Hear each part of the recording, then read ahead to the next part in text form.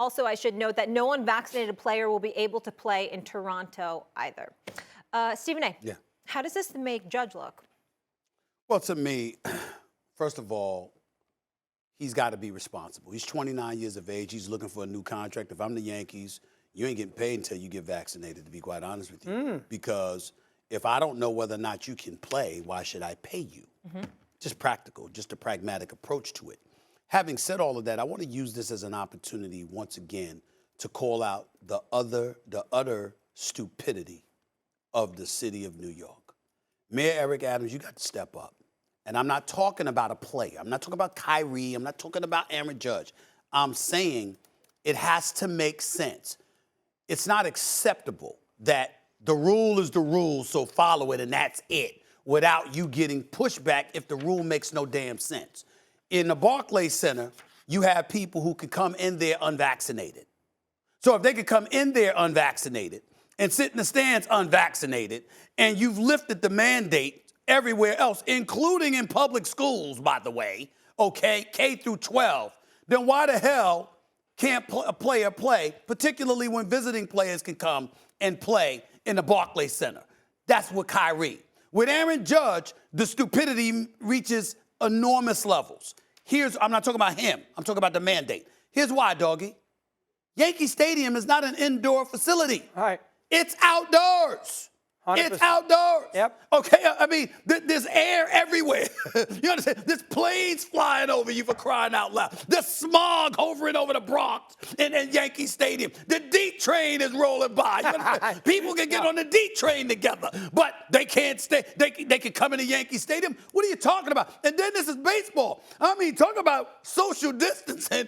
Every position engages in social distancing. From the catcher to the pitcher to first base to second base to the shortstop to third base, left field, center field, right field. Who the hell is within 6 feet of each other until you go to the dugout? And that's outdoors too. It makes no sense. 100%. Zero that this policy is in place for a baseball player. Having said that, the rule is still in place. And you, Aaron Judge, 39 home runs last year. I think he batted like 287, something along those lines, after having, being injured and only smacking 9 home runs the year before. But we know he can be a big-time player, a big-time asset for the New York Yankees. And if that's the rule, and it could prohibit you from being available for opening day, if I'm the Yankees, you better be available for opening day, because you're talking to me about a new contract, new dollars. This is going to play a role in whether I'm going to give you those dollars, because the best ability is availability. And that's where I'm at with it. Yeah, listen, you get sicker from the smog than you do about the vaccination. So Stevie's 100% right. It's outdoors. I don't know enough about the rules. I'll let Eric Adams figure that out, but it is awfully stupid that you can go out there and be a road player and go play at the Barclays, and you can be a fan, and you can't be, if you're Irving, play the games. Yeah. But there are two different things here. We can scream about the rules until the cows come home, and we'd be all correct. These rules are absurd. I don't, it's very difficult to figure out. I mean, I was paying attention to the rules. Bottom line is, we feel better about COVID right now. It's an outdoor facility. My goodness, the road players can play.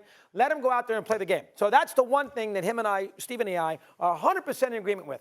Now, if I'm Judge, I'm not so much worried about the contract, because the Yankees are not going to push the envelope there. And even if he only played 81 games and was great, they would give him the contract. So I'm not so much worried about that. His issue with the contract is more about his health, his back, can he stay healthy, his age. It's not so much whether he's vaccinated or unvaccinated, so I would disagree with Steve on that. But I also go to the same point that we have gone with Irving, to a certain degree with Djokovic in the tennis. He works for a franchise. This franchise needs him. He's got 25 teammates. This is not something where he's in an isolated situation, and he bats 2 in the lineup. He's their best player. If you're a Judge, you can make the argument, you know what, you're getting paid fortune. You owe it to your team, like Irving. You owe it to your team to get the vaccination shots. You're not this is not an individual sport. This is a team sport. You got managers, you got GMs, you got people whose jobs depend on you performing. So as a result from that, I'm amazed if this is accurate, and based on the sound cut, it certainly sounds like something was fishy. He should get himself the vaccination thing. So I agree the rules are awful, But come the time of opening day, and it's against the Red Sox, and it's 3 weeks from tomorrow. So I'm not sure if they're changing the rules in the next 21 days. He's not going to be in a lineup against the Boston Red Sox. Is that fair to your franchise that is paying you a fortune that needs you, that you can't play in the lineup against Boston on opening day because you got to deal with the vaccination? I say it's not fair. And it takes us to a bigger level. Like, for example, you know, when we talk about Kyrie Irving, nobody's defending the mandate. We know it's wrong. We know he should be playing. We know that they should lift the mandate. We know he should be allowed to play in the Barclays Center. But that's still separate and apart from the situation as it pertains to what does it say about you that you're willing to leave your teammates hanging because of your principled position. Now, I understand injecting something into your body, you got concerns. I get all of that, but it does matter. Why? Because numerous players didn't want to get vaccinated, but they did anyway because they understood what their responsibilities are. There were people here at Walt Disney that did not want to get vaccinated, but we understood that was the mandate, and that's what we needed to do if we were going to do our jobs.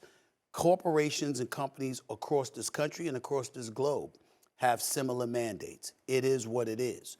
And in the case of Kyrie Irving, they're in Brooklyn because of you.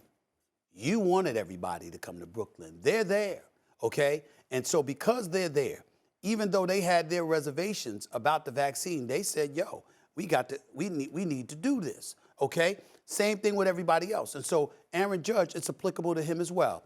Because let me tell you something right now, and Doggy can speak to this, even though I'm the resident Yankee fan. This is a San Francisco Giants fan. If George Steinbrenner was alive, God rest his soul, and this brother hesitated to take the vaccine, There'd be a problem. What do you think George Steinbrenner would have done? There would be a problem. George Steinbrenner, listen, my father, God rest his soul, biggest Yankee fan I've ever encountered in my life. And we used to laugh because the running joke was George Steinbrenner would go into the locker room, into the clubhouse rather, and shake guys' hands before his game. My father said he ain't shaking their hand. He's sitting there standing, and then he grabbed me. He's like, you know what you better do, right? Thanks for watching ESPN on YouTube. For live streaming, sports, and premium content, subscribe to ESPN+.